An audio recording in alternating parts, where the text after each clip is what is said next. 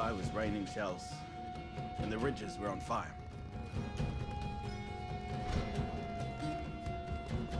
I remember my hand was aching from working the bolts.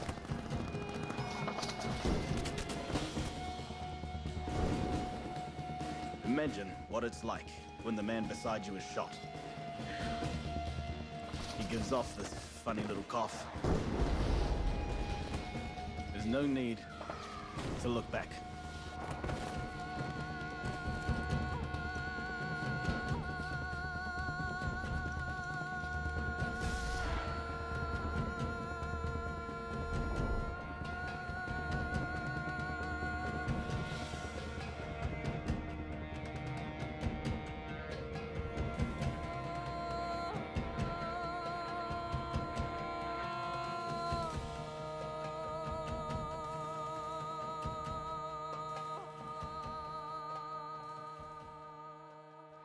My name is Thomas Grace, but everyone calls me Hami. I was made a second lieutenant, a Māori officer in the New Zealand Army. Now that was rare. When I signed up, I thought it would be a big adventure, and we thought we were going to Europe. But we were sent to Turkey, a place called Gallipoli.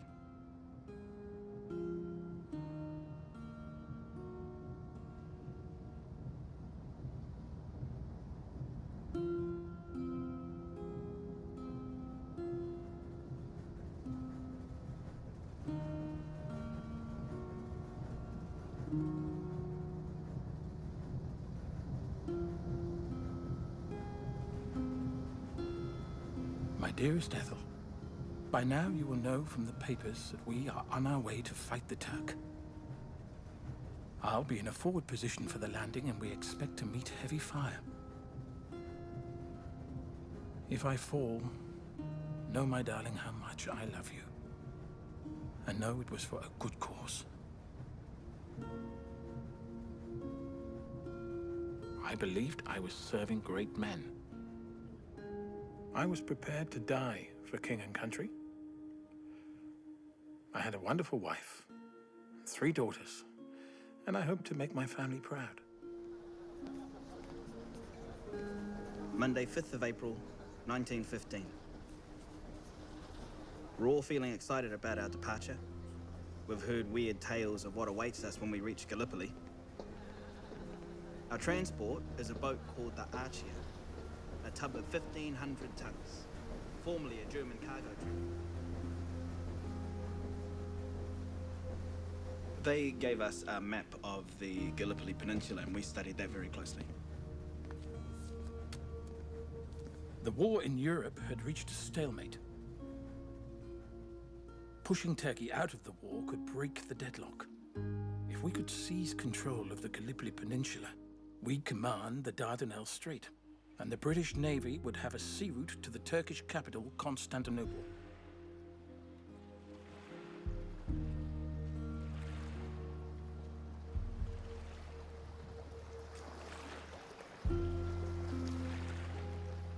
It was 4 a.m. as we approached the Turkish coast.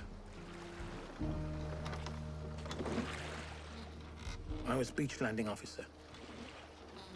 It was my job to get the men ashore.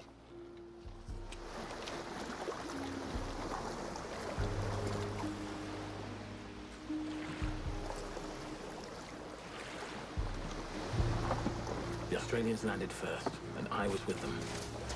Nothing went according to plan.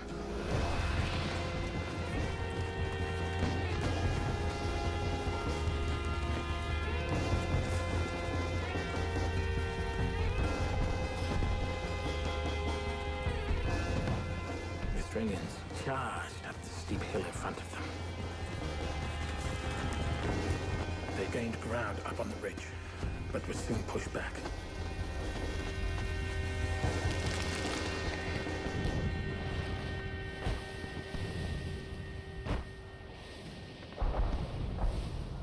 By midday, the place was a fiery inferno.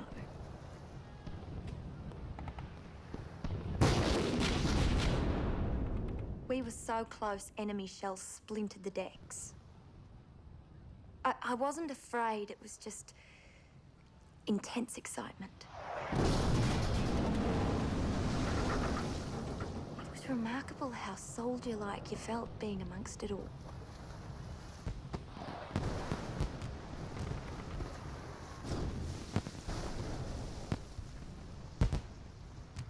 I was a corporal in the Auckland Infantry Battalion. I signed up pretty much straight away, as soon as England declared war. Call it war fever.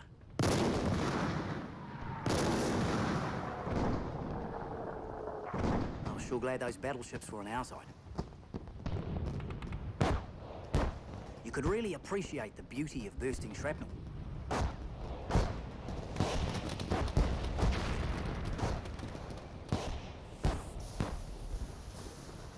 course, that was before our own baptism of fire.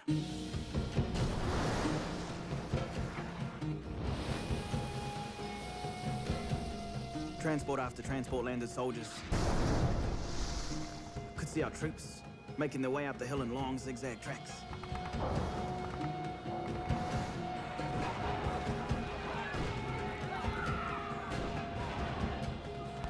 We went in to reinforce the Australians, but there were very few of them left to reinforce. Shrapnel and rifle bullets were flying like hail. It was my first time under fire, and I've got to admit, I was afraid.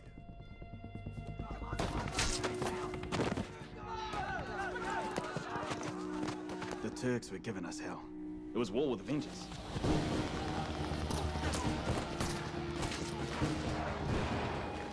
We were too exposed to enemy fire. The Turks were well dug in. We went like the blazers, under fire the whole way. The men were trapped by constant fire.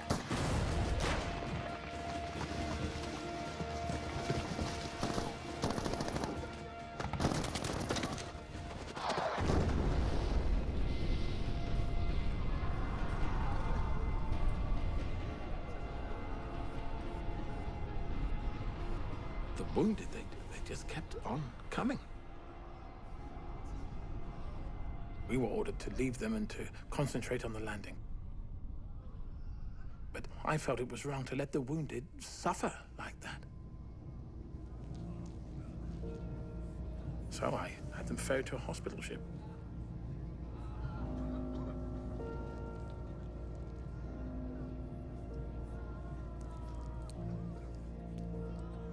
The first landing party were cut to pieces by the Turks.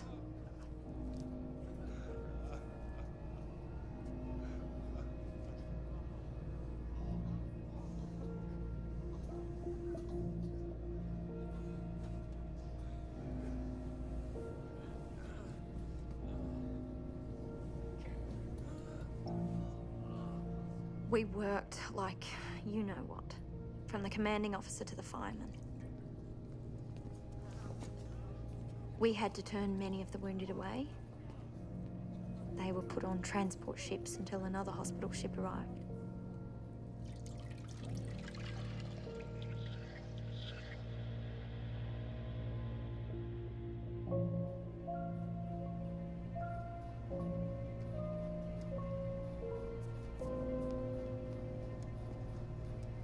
I was a stretcher bearer at Gallipoli. I didn't take enlistment lightly. What counted for me was that the church backed the war, and I wanted to do the Christian thing. My ambulance unit was ashore, but a group of us had been left behind. I ended up on a transport. I was 21 years old. I had a hold full of wounded to myself. A friend of mine from school was brought on board. He had a bullet in his brain. I begged the doctors to operate, but they said there was nothing they could do.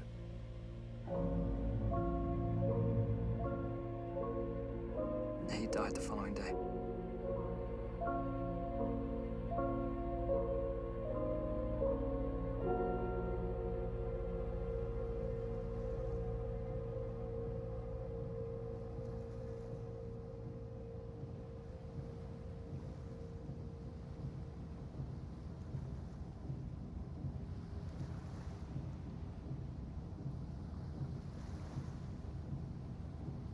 We left for the land hospital with 600 wounded on board.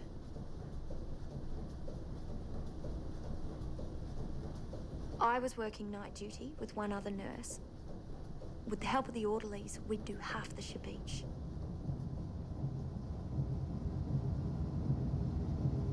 It hardly seemed real.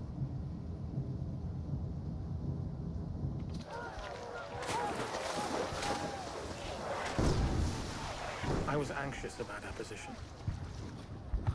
We were hanging by our eyebrows of a sort of eagle's nest, backed by our ship's guns.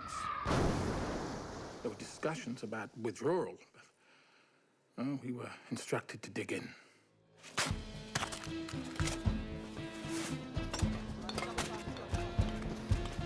There were 25,000 men in our small patch of land.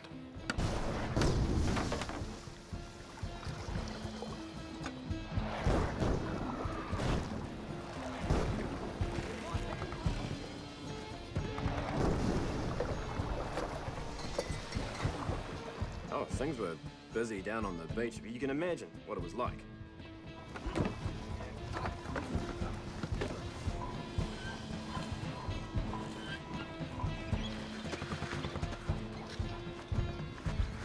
I was appointed Commandant of Anzac Cove. Anzac is an acronym for Australian New Zealand Army Corps. So the Anzac moniker stuck. A little like we did to our tiny piece of land.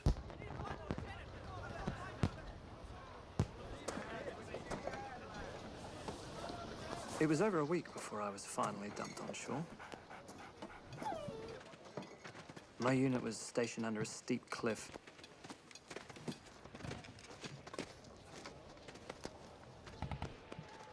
The boys were pretty pleased to see me. There were gaps to fill.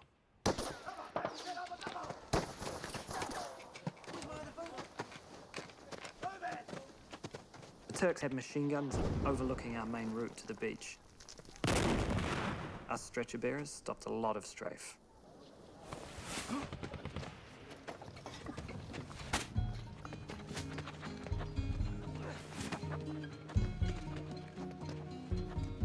The doctor had a dog. His name was Paddy. Everyone loved Paddy. Well, he was a character, and he was very good for morale.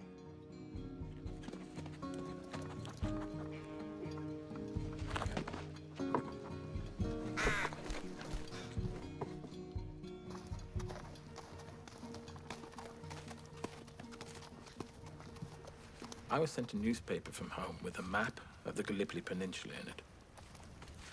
I marked our position and a few key points of interest and sent it to my family. I hoped it would give them a better understanding of our situation. The British troops, supported by the French, were at Cape Helles at the entrance to the Dardanelles. The plan was for the British to take a hill called Archie Baba, while we secured the Sari Bear Ridge, and in particular, Chunuk Bair. If we could control the heights, we could take the peninsula and the Dardanelles Strait. The ultimate goal was to open up the sea route to Constantinople.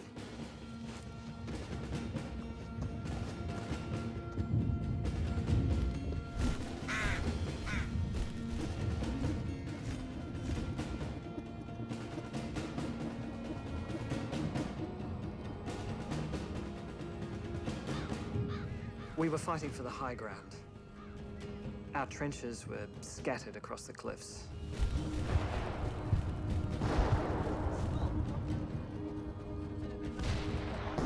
The first fortnight, there were only a couple of hours when I wasn't under fire.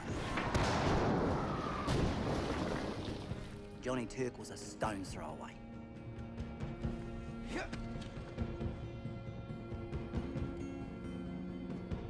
It was trench warfare.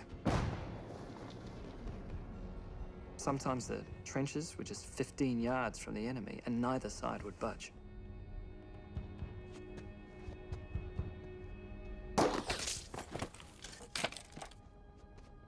We lost men every day.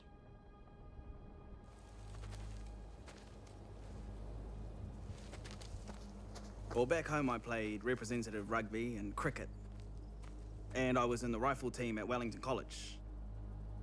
So that all came in handy when they asked me to take charge of the snipers. The idea was that we would pick off the Turkish snipers.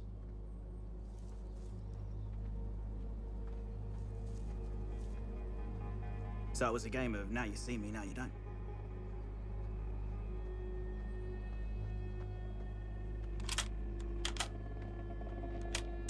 Oh, their snipers were deadly shots.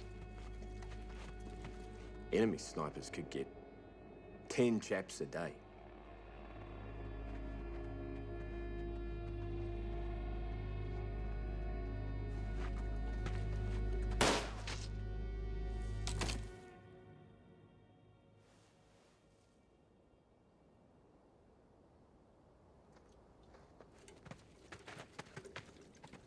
It was a cruel sport. The life for a life.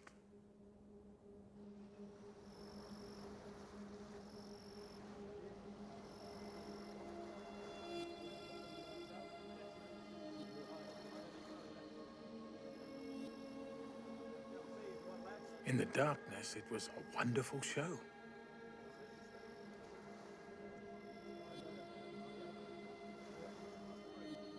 Looking out, it was like a city had been planted in the Aegean Sea, with the battleships and destroyers watching over us.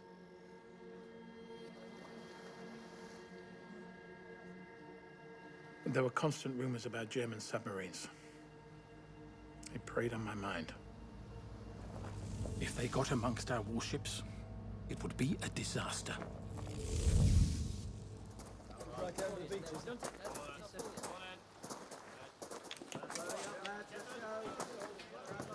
In early May, we heard we were being shipped off to support the Tommies. That's what we called the English, on another part of the peninsula.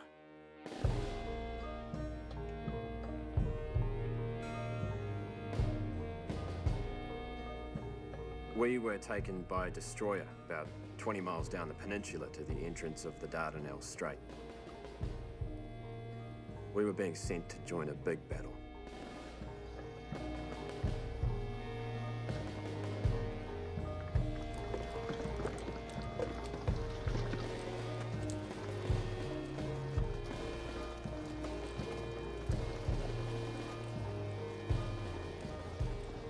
Two of our battalions were sent south to Cape Helles.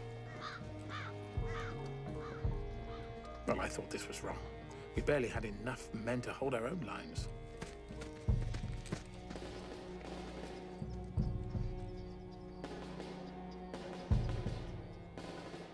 The enemy held a really strong position just in front of us, called Achi Baba. It was a hill that commanded the whole of the Gallipoli Peninsula.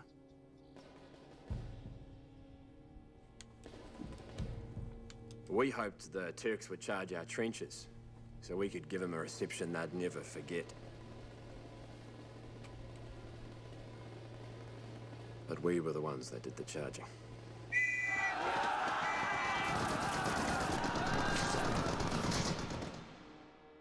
What happened next was hell.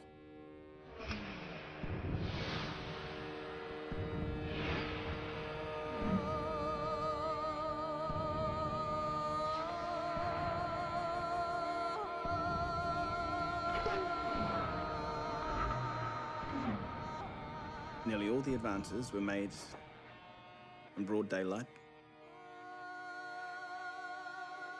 in open country.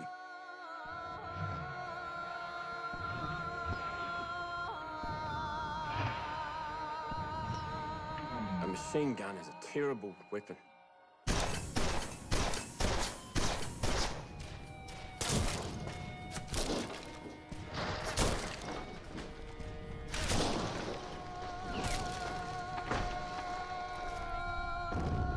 Six men went over with me.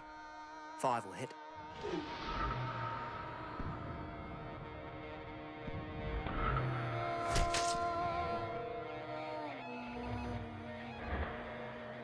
Last thing I remember, my rifle was up in the air.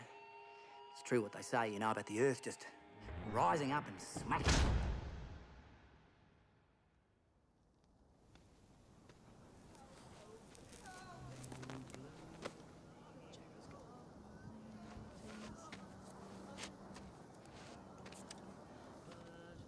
It was pitiful to hear the wounded in no man's land crying for help. I remember one boy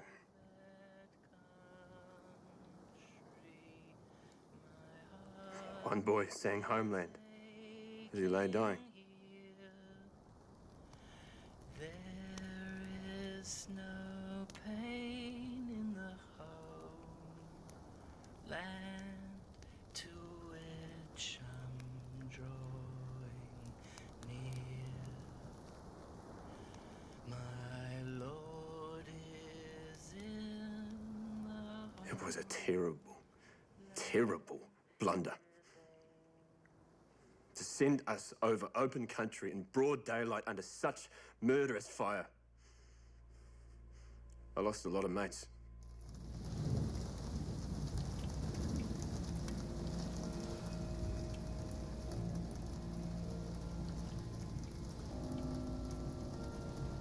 We were a sorry band on the hospital ship. I remember one pathetic case.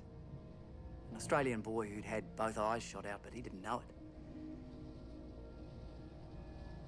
He walked around with a guide, cheerful, you know, looking forward to the day that his bandages would come off.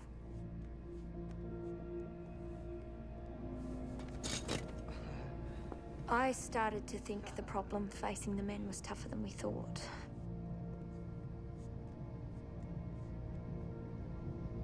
But at the time, you had to believe you'd be successful.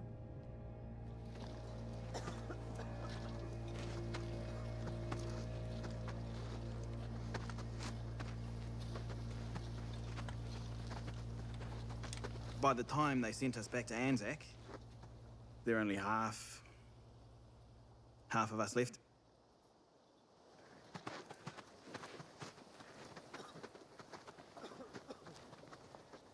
You know, at that stage, I was glad I'd talked my younger brother, Martin, out of coming. He was only 17.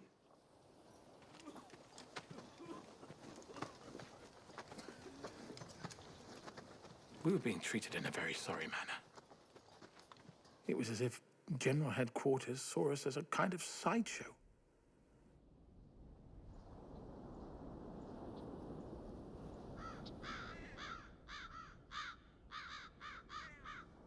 On the day we arrived back at Anzac, we heard the Turks had attacked the day before and had lost thousands.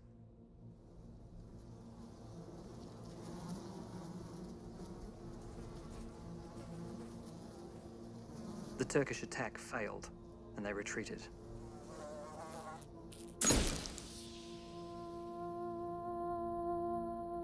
After the Turkish offensive, a war correspondent came with me to no man's land.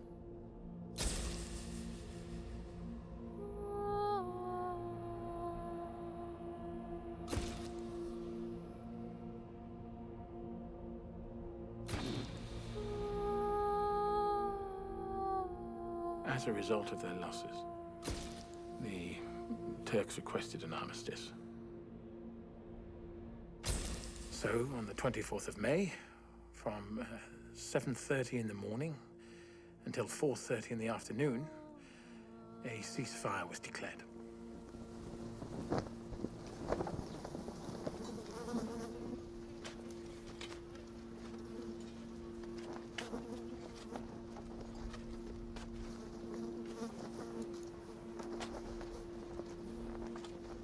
We came out and we eyed each other up. The men were curious about each other.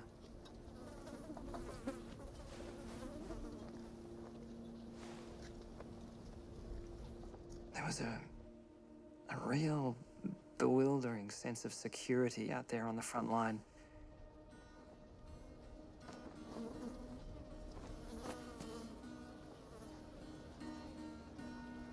Some of the dead had been there from the beginning, so can only imagine what the stench was like.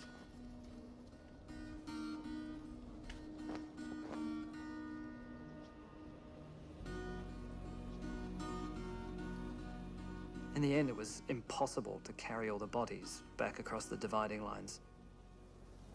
So we agreed to bury each other's dead.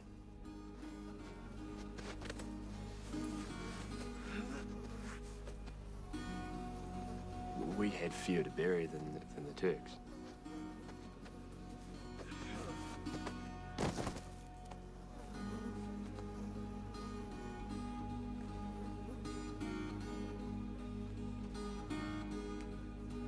All of them had someone at home waiting for news.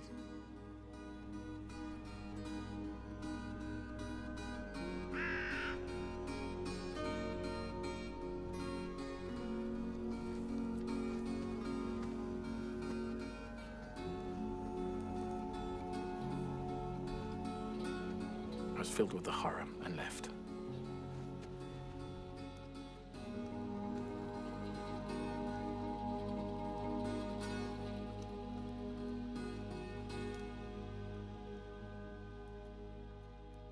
The musketry began again promptly at 4:30.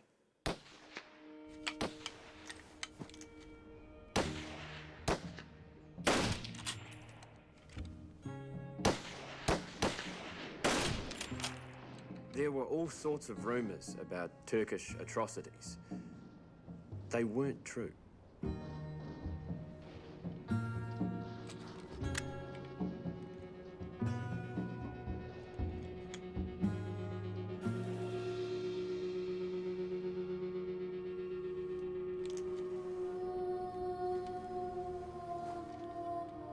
The Turks were a gallant foe, and I didn't bear them any malice.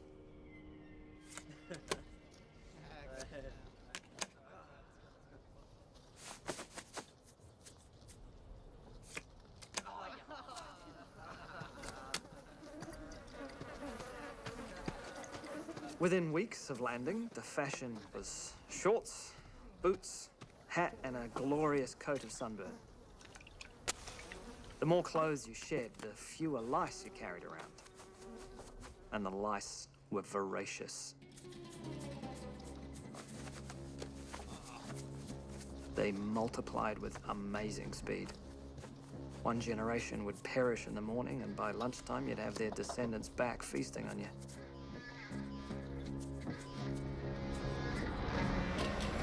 Oh, the lice. They were having a big party. And it was all at our expense.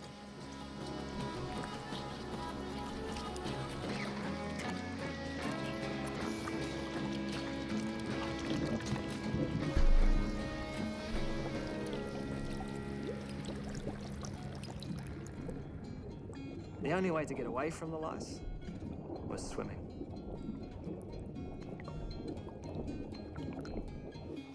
All the troops came to Anzac Cove to bathe. The place looked like a holiday resort.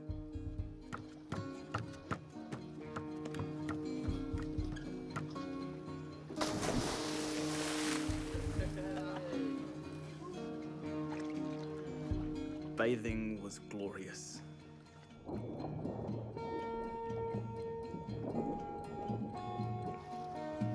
I don't know what it would have been like to be miles inland and not be able to take a dip in the briny.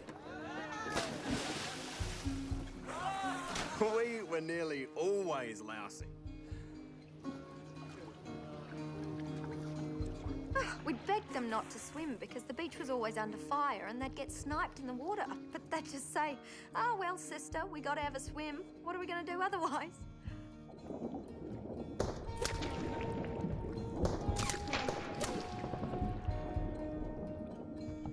It's funny how careless you become.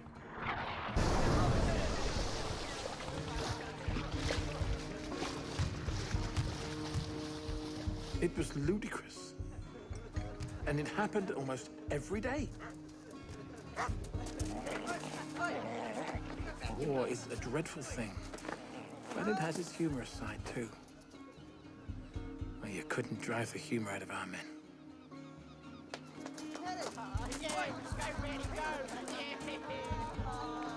There was a real difference between the Anzacs and the English troops. There was a freedom amongst the Anzacs that was foreign to the English men. We'd clashed with the Australians in training camp, but we'd learned to trust each other in battle, and a real comradeship formed.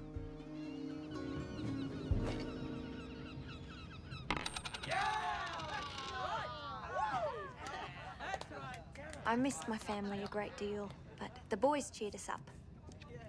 They were quite satisfied with their lot, so if they were, well, it was up to us to look on the bright side. I'd collected 2 shrapnel cases. They made beautiful vases, so I'd pick flowers whenever we took the wounded ashore.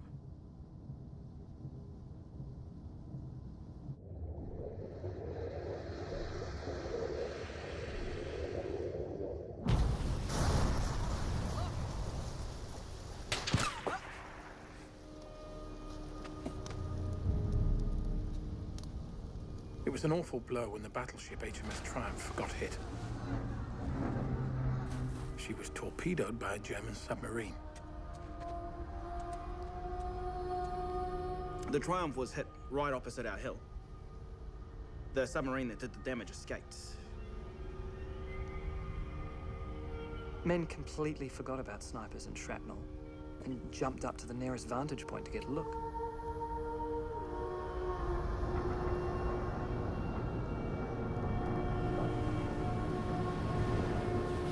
I can remember seeing the figure of a man sitting on the propeller.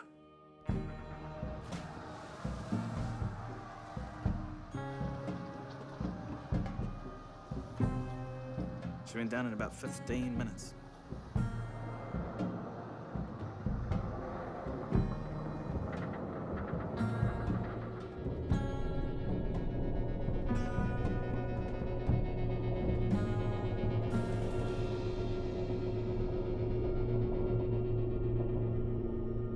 After the Triumph was torpedoed, the Royal Navy left us with just a destroyer and trawlers for support.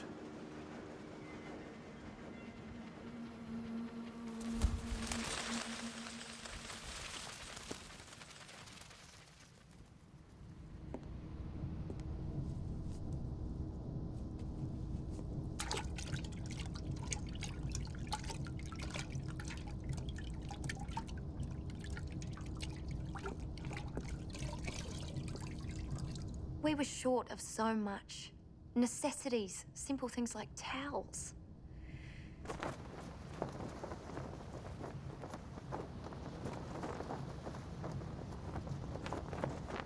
I wrote to my parents and explained the situation.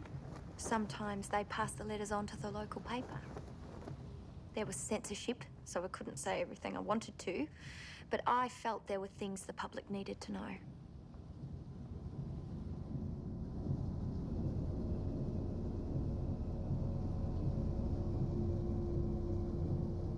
Every morning there were figures lining the stern.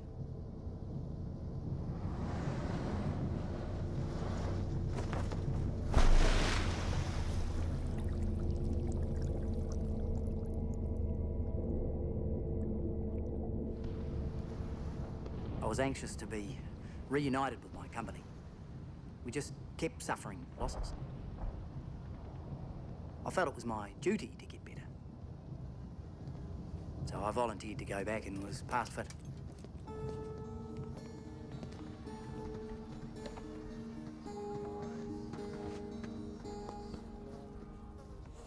After 5 weeks under fire, we all felt 10 years older.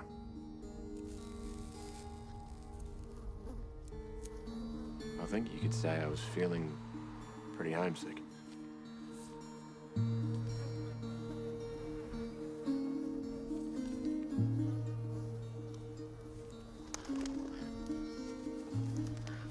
On mail day, everything went quiet.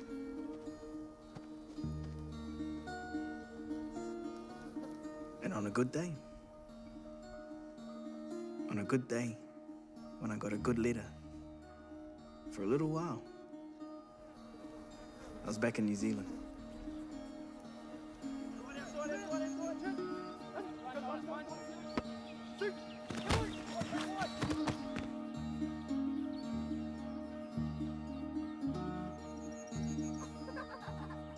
A letter from loved ones could take you home.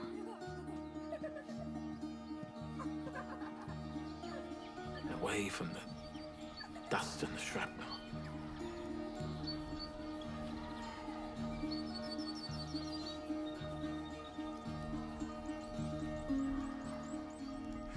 I could spend a whole afternoon just poring over them.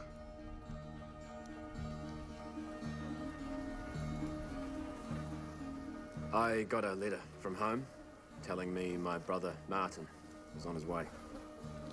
They said he was in the best of spirits, looking forward to getting there. I was sorry to hear it. 17's too young.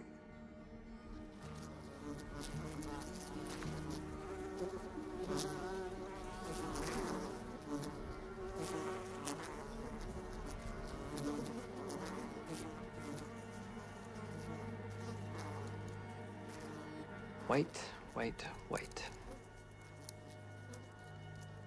Always on the alert, waiting. But you know, it's funny. A dangerous life isn't necessarily an exciting one.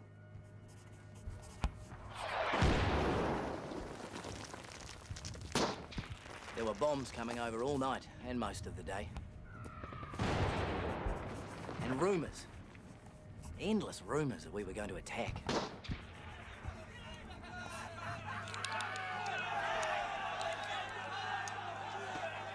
Anything for a change.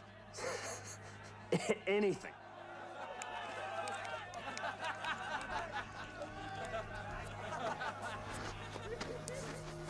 The heat was terribly trying. Sometimes I felt I'd melt.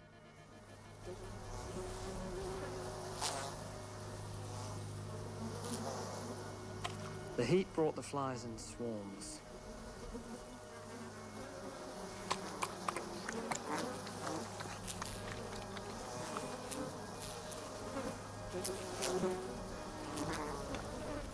They crawled over the bodies, in the latrines, and onto the food.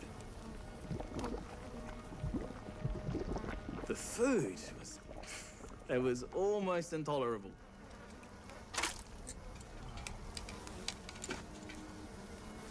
I'll tell you what, though. I made a first-rate stew out of bully beef, biscuits, and oxo. Almost made that bully worth eating.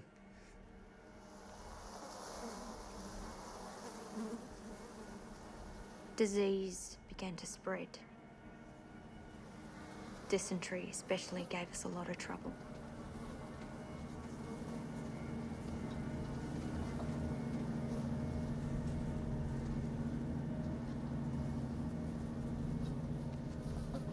Disease was becoming more deadly than the bullets.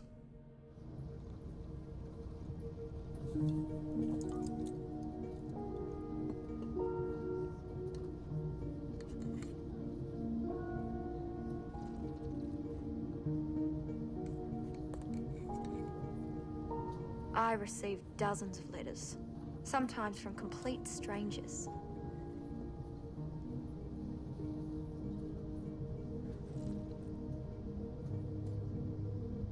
They'd ask about their sons, you know? Just wanted to get in touch with anyone who might have been near their dear one.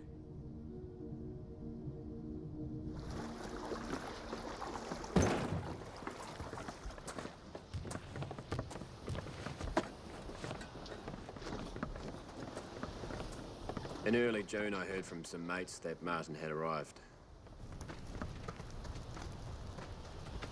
I was in charge of my section, and I got him posted to my company. I wanted to have a go at him. I didn't. I just tried to keep him out of trouble.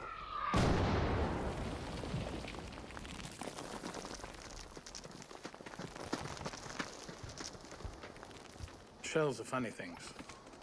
You never quite knew where they were going or what they were going to do.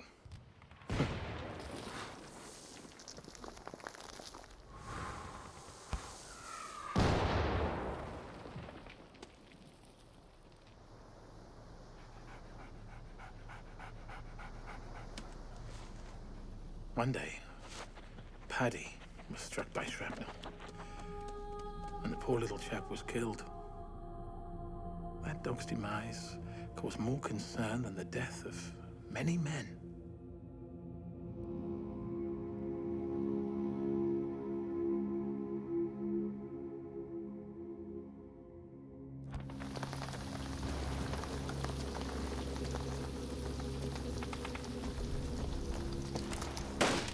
were moved to Quinn's Post, a ridge about a mile inland.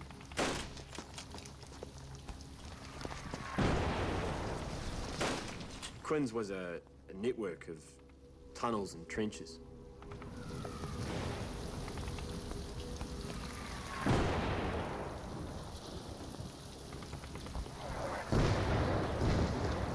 At Quinn's, the slaughter never stopped. It was the closest point to the Turks. Martin wanted into the firing line.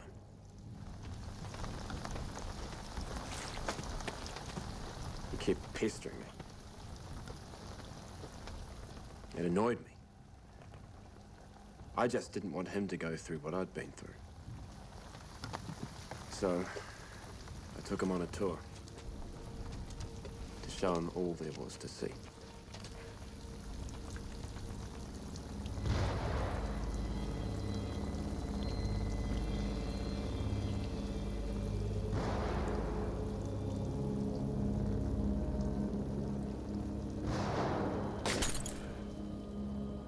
I hoped it would sicken him.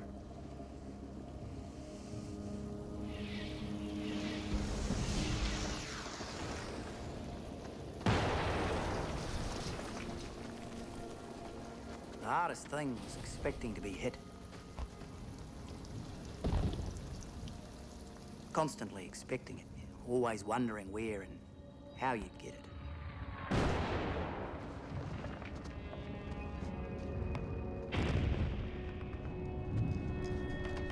One of my men started seeing things.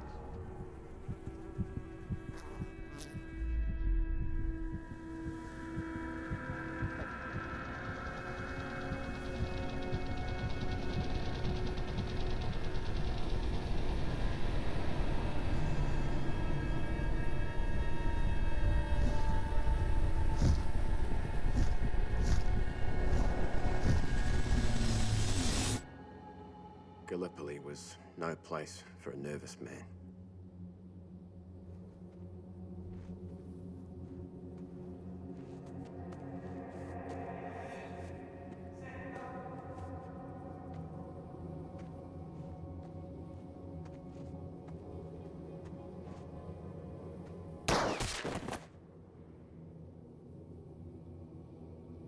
Sometimes the suffering was so intense, death seemed like the best way out.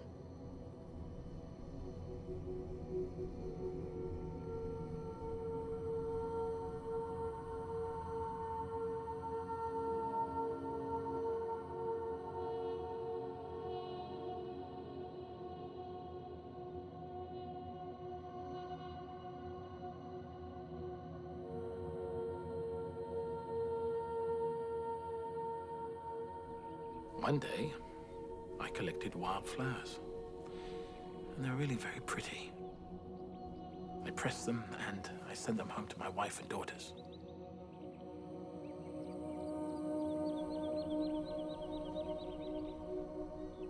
We knew that by then, news was getting out about our losses. And I could just imagine the many sad homes in New Zealand.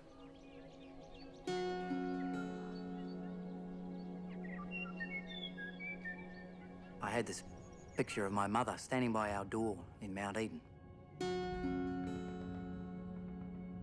That got me thinking about what it would mean to my own family if I were killed.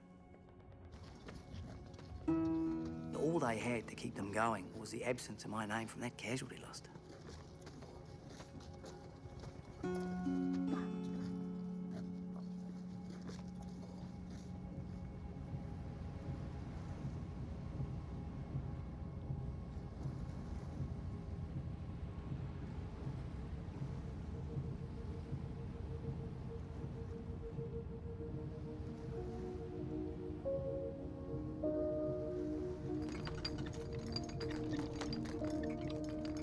We normally had at least 500 patients on board, but even though I was busy, I always tried to talk to the men, ask them where they came from.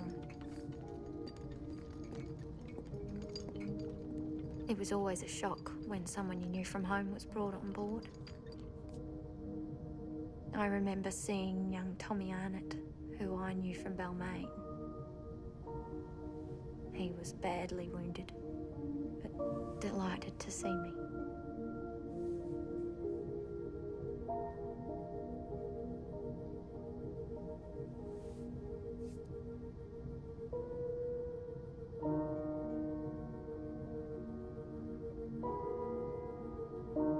I promised to write to his mother.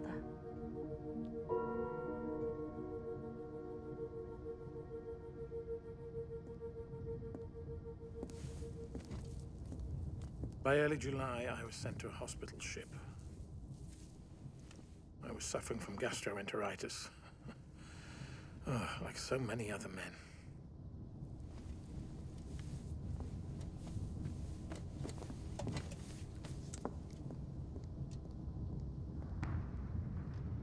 I could see our tiny holding.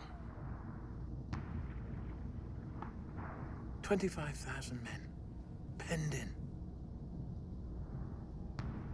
We'd heard that there were over 150,000 Turks opposing us.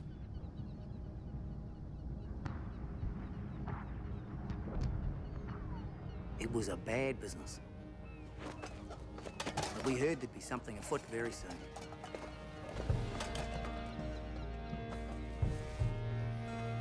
GHQ were finally beginning to think that the best way to tackle the Turk was by a major assault.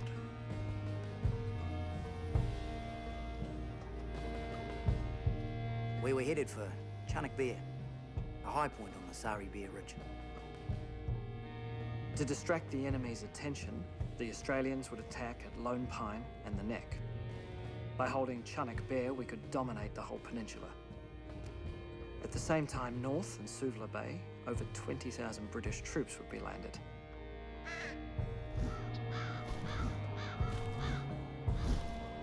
The plan was for them to sweep in on the flank of the New Zealanders and complete the great victory.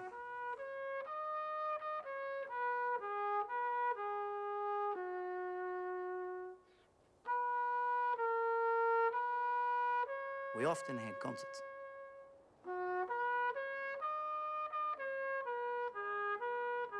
But the one before the big push felt special.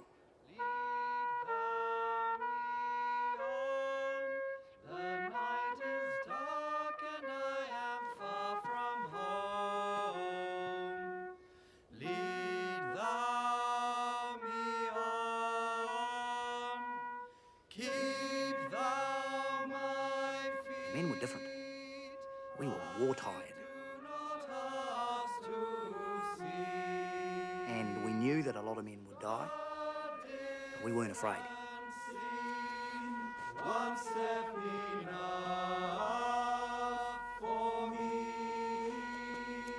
By that stage, we felt honoured to be Anzacs. Meantime, along the narrow, rugged path,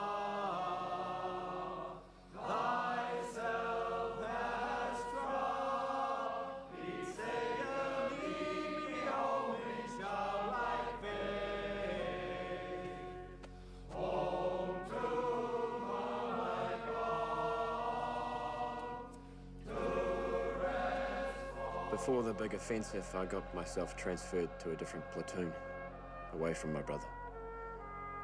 I just didn't want to be with him, on the firing line. I couldn't protect him anymore.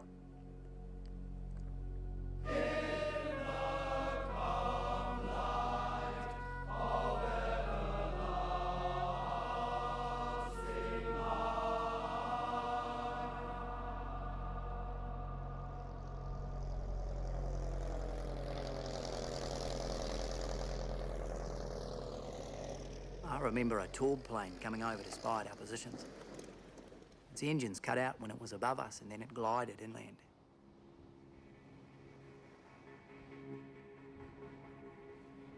The air was electric. It was tense.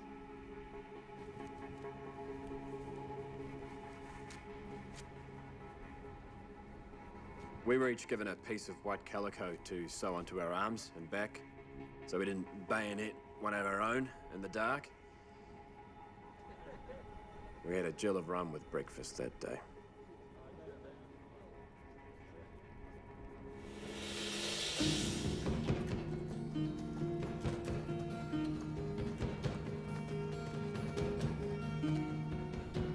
The distance was just a little over 3 miles, but we were continually held up.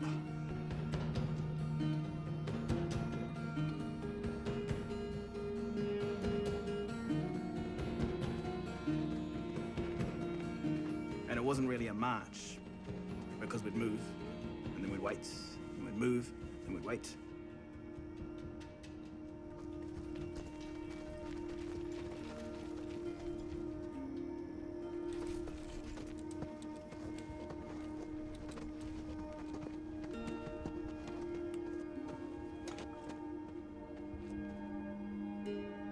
It was very quiet.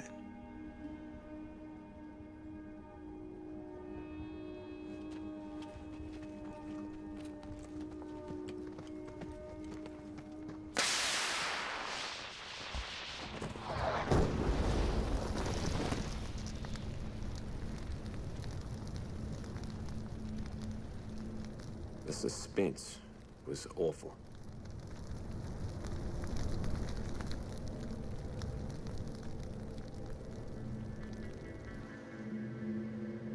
At one stage during the night, a Moldy unit took a Turkish position.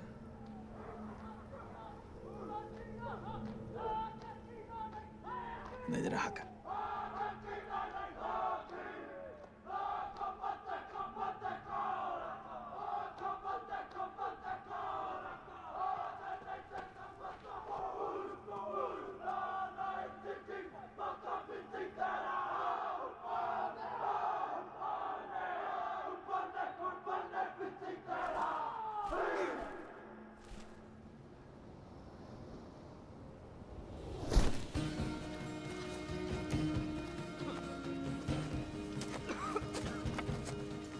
I watched the New Zealand infantry file past me. Everyone was sick. Better off in hospital than on the battlefield.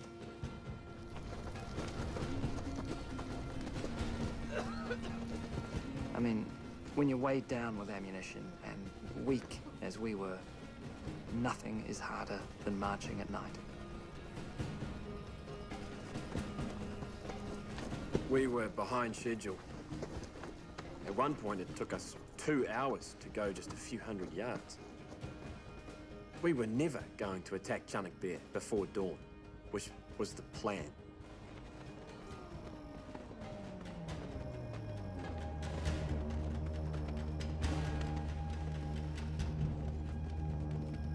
I was sent to the Neck, a ridge just south of Chunuk Bair,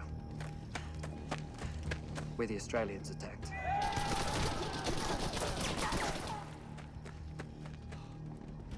They went over the top in 4 waves. 450 of them. Nearly every single one of them was cut down before he even got over the parapet.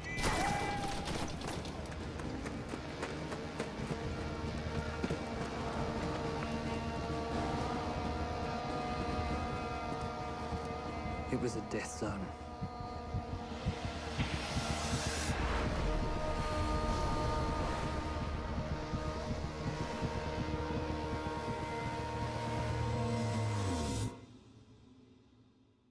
They called our boys die-hard Australians, and I can tell you they did die hard.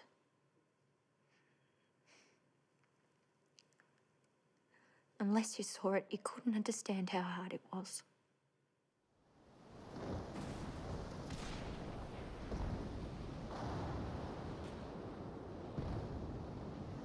The Royal Navy returned to support the August offensive.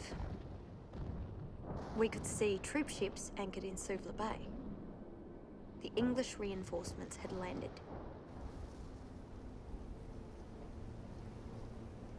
In full light, we'd lost the element of surprise. Despite this, the Auckland Battalion was ordered to attack the crest of Chunuk Bair. It was 11 o'clock when we made the first charge. Sing me to sleep, dear, and I'll sleep right through December. Both men beside me were shot dead. Sing a tune I can dream to, a tune I might remember.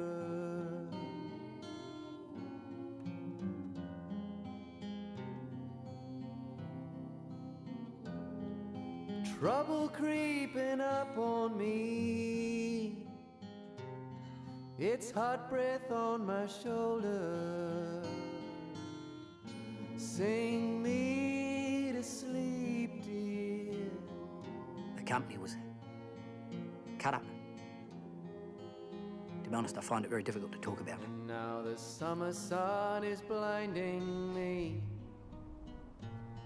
and the way ahead is frightening me, and this I know is grinding me down to nothing. We were waiting to charge Chalik Bear. I didn't expect to get through this time. I worried about Martin. It was his first real battle.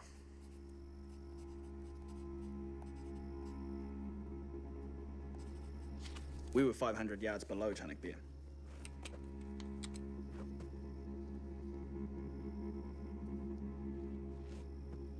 We fixed bayonets. Then we got the order to advance.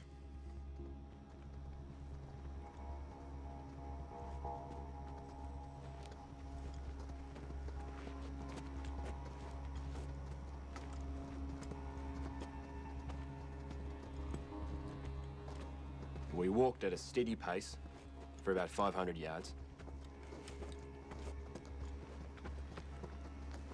The Aucklanders had been mown down before us, so we were expecting a hot time of it.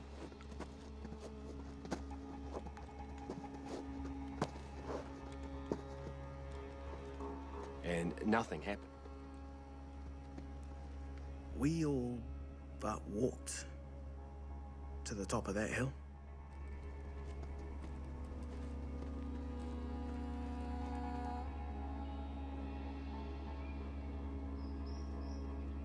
It was just breaking day when we took Chunuk Bair.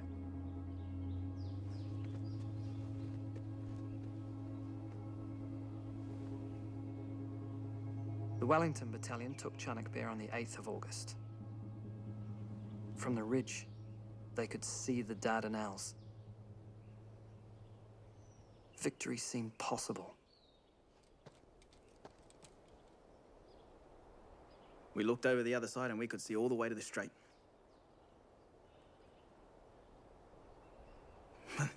There's no time to take in views. The Turks, they counterattacked. We had to dig in.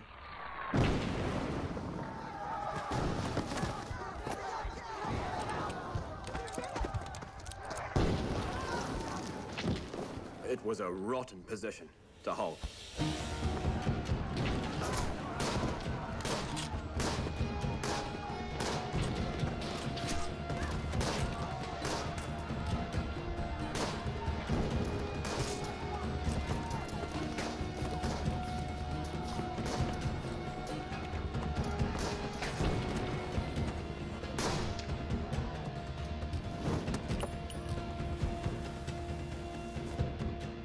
We hung on like grim death.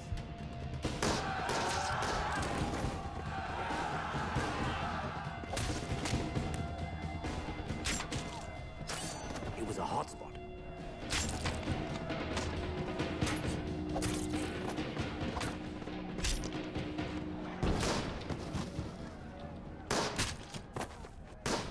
I never saw Martin up there, but I knew his platoon was on the hill.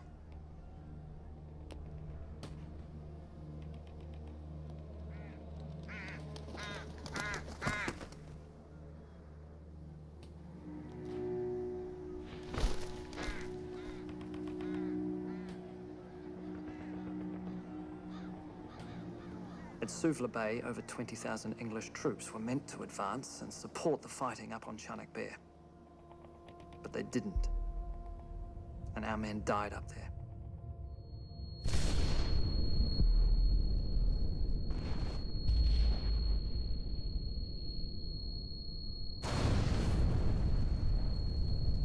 I was standing, fighting, when I got one. Right through the neck.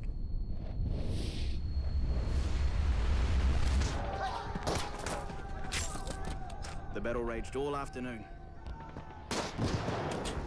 My hand was aching from working the bolt.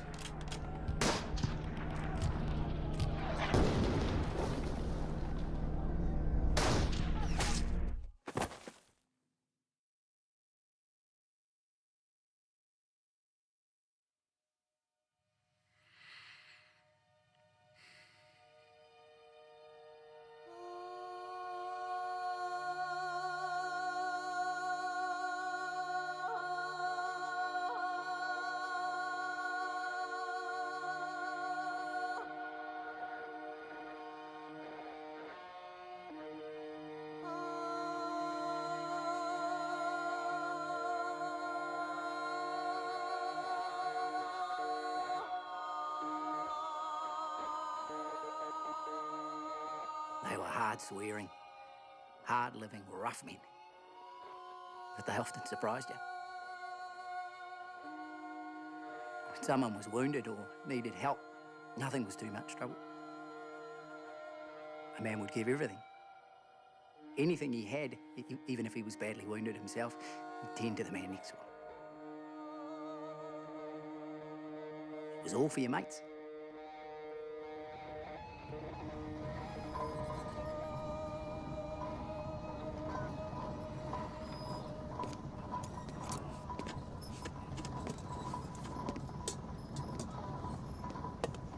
During the offensive, we made 2 trips to land hospitals and transported over 1,000 men.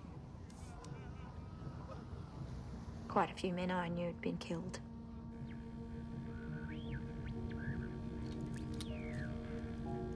I was still on a hospital ship during the offensive.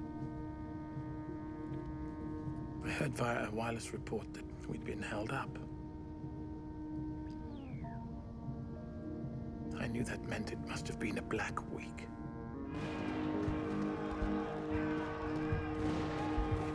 The New Zealanders held on at Chunuk Bair for 2 days.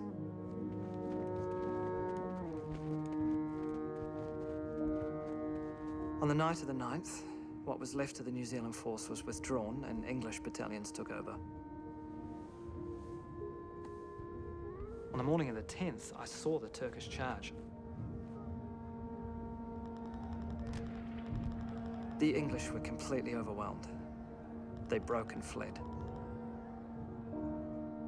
Chunuk Bair was lost.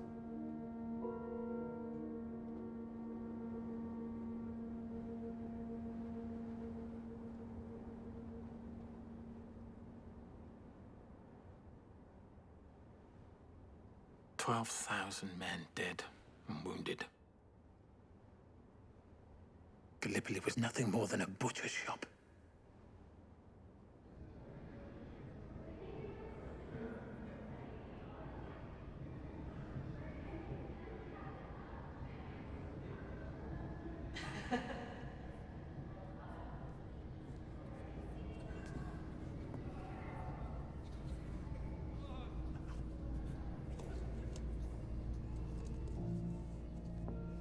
The bullet punctured my windpipe.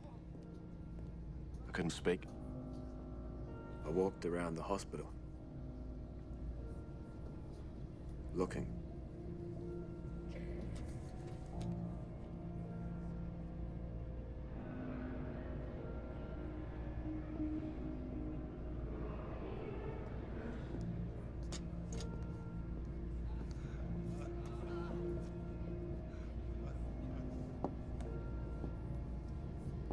There was no word about Martin.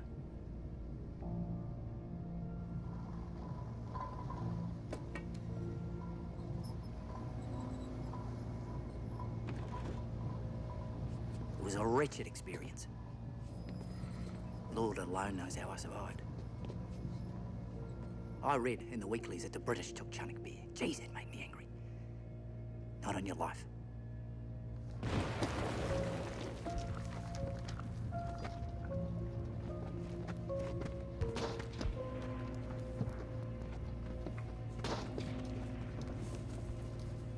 When I returned to Gallipoli, I thought I'd slot back into Anzac life.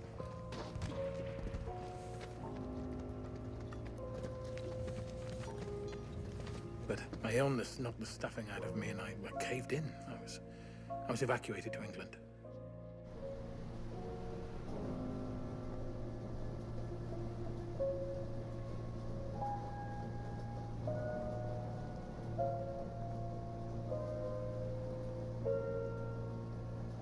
By September, I was very tired, and I volunteered to accompany the invalided boys back home to Australia. I knew an awful lot about war by then. It seemed impossible to think anyone could escape.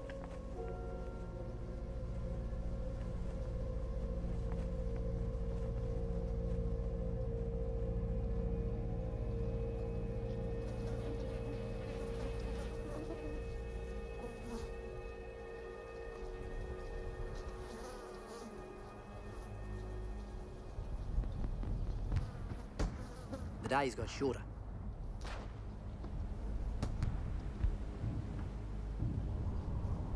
It got bleak and cold.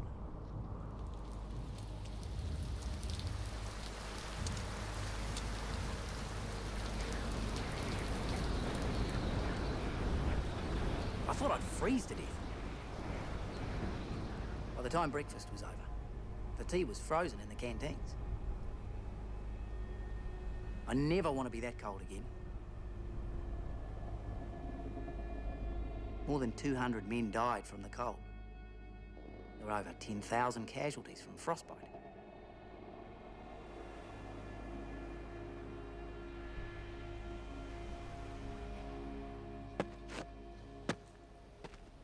On the 13th of November, Field Marshal the Earl Kitchener arrived. This man is only one rank below God. The English donned their uniforms and fell in at attention. The New Zealanders and the Australians came just as they were. There was no disrespect, but no one saluted. On the 7th of December, the British cabinet decided it was time to evacuate Anzac.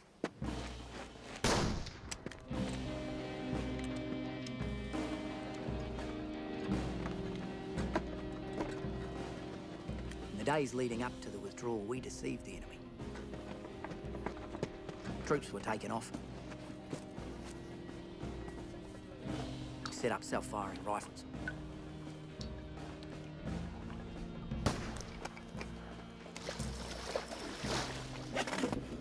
Goods were removed or destroyed.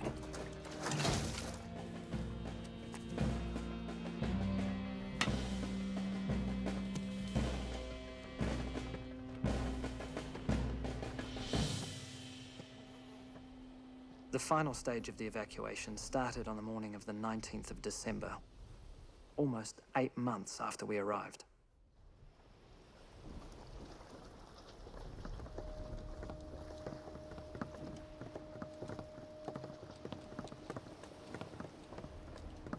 "42,000 men were withdrawn over those last few days.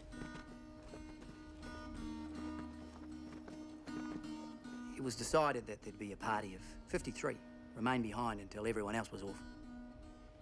Because I'd been one of the first to arrive, I wanted to be one of the last to leave. So I volunteered for that party. At 9 p.m. on the 19th, I said goodbye to the covering party.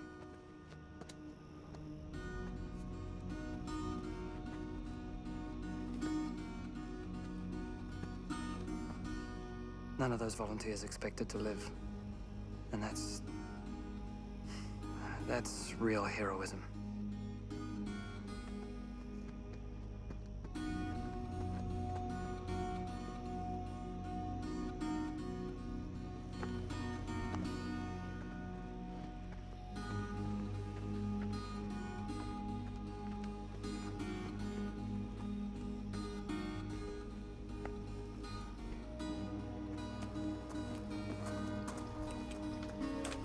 I left from a little pier below Walker's Ridge.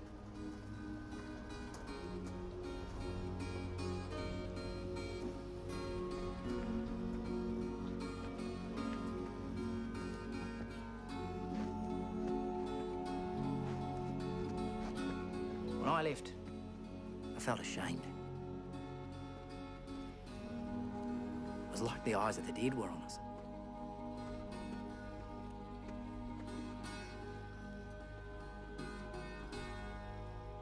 Not a brave man, but I remember feeling I would rather attack head on and face the chance of death with honour than to do that bitter thing.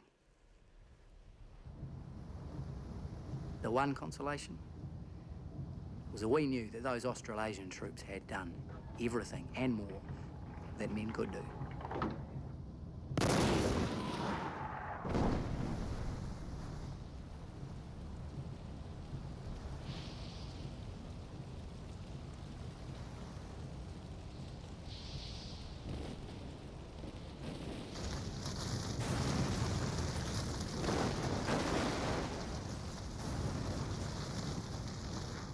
Poor New Zealand and Australia.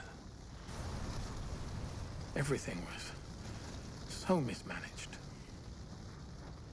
It was time to demand a colonial voice and a leader of our own.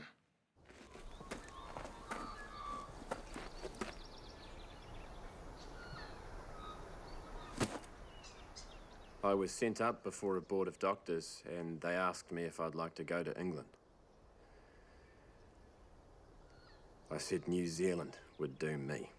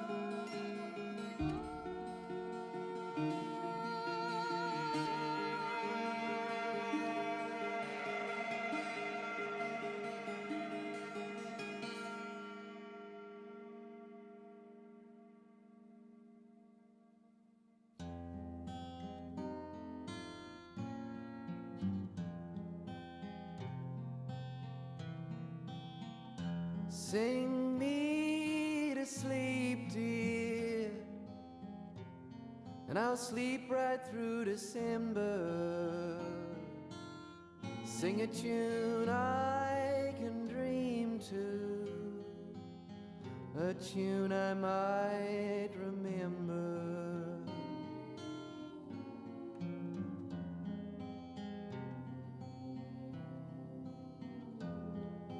trouble creeping up on me. It's hot breath on my shoulder. Sing me to sleep, dear, until it all blows over.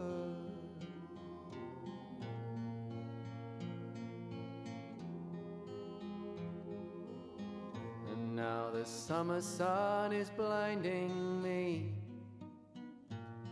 and the way ahead is frightening me,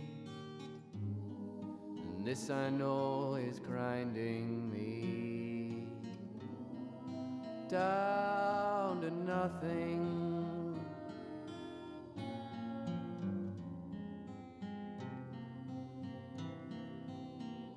Sing me to sleep, dear, watch over my surrender. Sing a tune I can dream to, a tune I might